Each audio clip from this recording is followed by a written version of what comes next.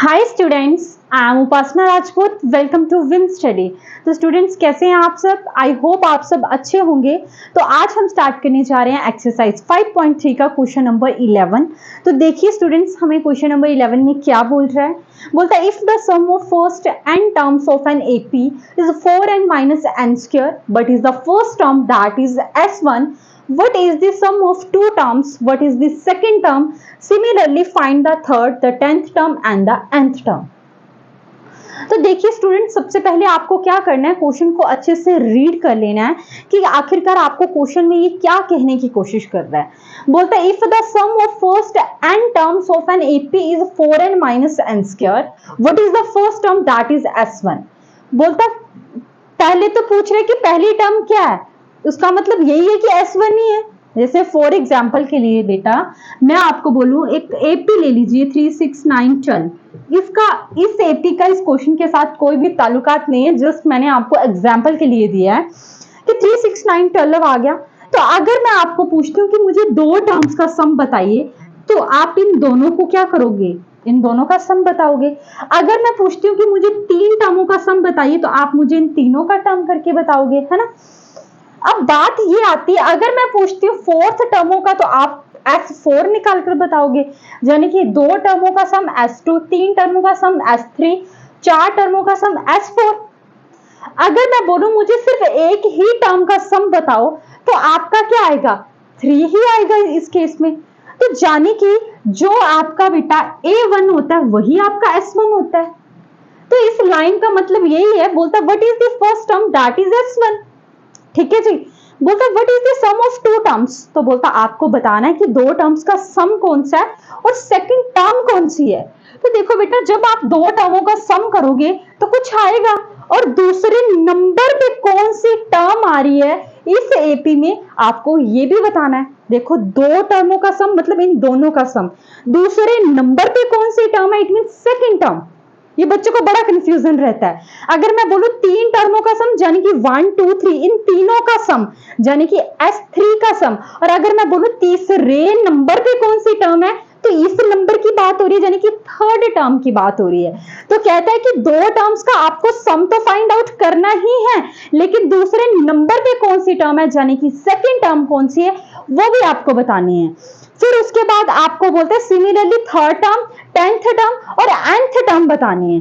तो आपको I hope question का फील तो आया होगा कि आखिरकार आपको क्वेश्चन में क्या पूछने की कोशिश कर रही है। ठीक है, अब देखो मेरी बात सुनिए। जैसे कि आपको पता S1 कितना, S1 is equal to 4n minus n का स्क्वायर।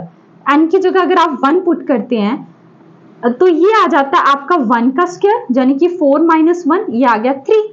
तो S1 आपका 3 है, तो जो आपका S1 है वही तो आपका A1 है। लगा पता मैं क्या बताने की कोशिश कर रही थी। अब देखो S2, यानी कि पहले नंबर पे कौन सी टर्म है, 3 ही है, और फर्स्ट टर्म का सम भी कितना आएगा, 3 ही आएगा। अब देखो S2, तो S2 is equal to 4n minus n square, यानी कि 4 इंटू 2 माइनस 2 का स्क्वायर, 8 माइनस 4, और S2 कितना आ गया, 4। अब आपसे पूछता है कि सेकेंड टर्म कौन सी है, दूसरे नंबर पे कौन सी टर्म है।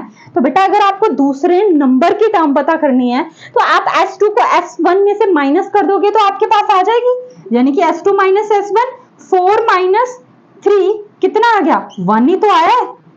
लगा पता। अब देखो आपको सम ऑफ 3 टर्म्स निकालनी है, तो n की जगह 3 पुट करेंगे, 4 इंटू 3 माइनस 3 का स्क्वायर, 12 माइनस 9, यानी कि 3। अब मैं पूछती हूँ कि मुझे थर्ड टर्म बताइए, तो थर्ड टर्म क्या होगी आपकी, S3 माइनस S2, यानी कि 3 माइनस 1, सॉरी 4। ये ना आपका S3 3, S2 कितना है 4, तो 3 माइनस 4 कितना आ गया, माइनस के 1 आ गया। तो ये आपकी आ गई थर्ड टर्म। उसी तरीके से अगर आपको 10th टर्म पूछी गई है, पहले तो आपको S10 निकालना है। देखो S10, अगर आपको 10th टर्म निकालनी है, देखिए बेटा अगर आपको 10th टर्म फाइंड आउट करनी है, तो आपको क्या करना पड़ेगा, S10 माइनस S9, यही तो करना पड़ेगा, तभी तो आपके पास 10th टर्म आएगी। अब देखो, अगर आपको सम ऑफ 10 टर्म्स निकालना है तो आपको n की जगह 10 पुट करना पड़ेगा, यानी कि 4n माइनस एन स्क्वायर। तो 4 इंटू 10 माइनस 10 का स्क्वायर, यानी कि 40 माइनस 100, यानी कि माइनस के 60। तो S10 कितना आ गया? माइनस के 60 आ गया। अगर आपको S9 पता करना है तो S9 यानी कि 4 इंटू 9 माइनस 9 का स्क्वायर, यानी कि 36 माइनस 81। तो 36 में से 81 गए तो 81 में से 36 गए तो 11 में से 6 गए, 1 2 3 4 5, ये 5 आ गया। और यहाँ पे कितने बचे आपके पास? 7, 7 में से 3 गए 4। तो S9 कितना आ गया? माइनस के 45, क्योंकि ये माइनस के 81 है ना। तो 10th टर्म निकालनी है तो S10 यानी कि माइनस के 60, S9 यानी कि माइनस ये माइनस के 45। देखिए, और माइनस 60 प्लस 45। अब 60 में से 45 गए, 10 में से 5 गए 5, और 5 में से 4 गए 1, यानी कि 10th टर्म कितनी आ गई? माइनस की 15। अच्छा जी, अब आपको nth टर्म निकालने को बोला है भाई। nth टर्म कैसे निकलेगी? Sn। तो Sn के पीछे कौन सी टर्म आएगी? n माइनस 1 ही तो आएगी, यानी कि Sn माइनस वन। भाई Sn के पीछे क्या आएगा? Sn माइनस 1 ही तो आएगा, यानी कि पहले आपको Sn निकालना है, फिर Sn माइनस 1 की वैल्यू निकालनी है, फिर पुट करनी है, तो आपके पास nth टर्म भी आ जाएगी। रुको, मुझे ऊपर का थोड़ा सा इरेज करने दो। खैर, क्वेश्चन मुझे इरेज ही करना पड़ेगा, ठीक है। अब देखो, क्या था आपका? Sn निकालना है, तो 4n माइनस n का स्क्वायर। तो n की जगह तो n ही पुट करेंगे, तो Sn तो आपका यही आएगा, यानी कि Sn की जगह तो आप यही पुट करेंगे, है ना। अब आपको निकालना है कि Sn माइनस 1, यानी कि जहां जहां पे n है वहां पे n माइनस 1 लिखना पड़ेगा।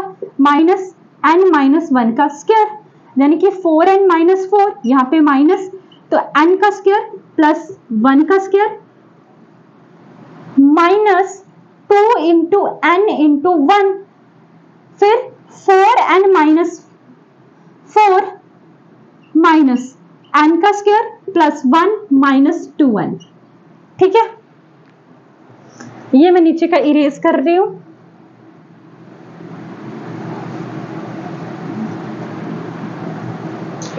अब देखिए, ये क्या आ गया आपका?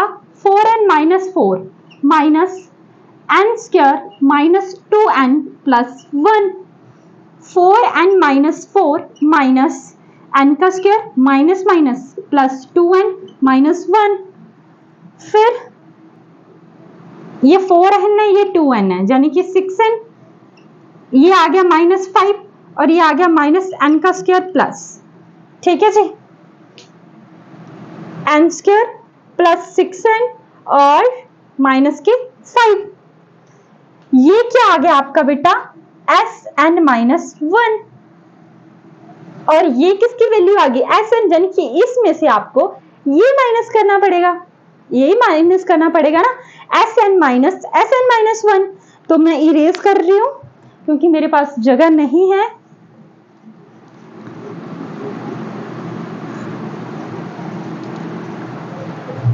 अब देखिए कैसे करेंगे आप nth टर्म, कैसे निकालेंगे? Sn minus 1। तो देखिए Sn कितना है आपके पास? 4n माइनस n का स्क्वायर माइनस Sn माइनस कितना आया? माइनस के n square plus 6n minus के 5। ठीक है बेटा जी। अब देखिए 4n minus n square, minus minus plus n का स्क्वायर माइनस 6n प्लस के 5। ठीक है, माइनस का n स्क्वायर प्लस का n स्क्वायर कैंसल आउट, और 6 प्लस 4 कितने आ गए? 10। 6 में से 4 के कितने बचे? माइनस 2n और प्लस के 5। तो ये आ गई आपकी nth टर्म।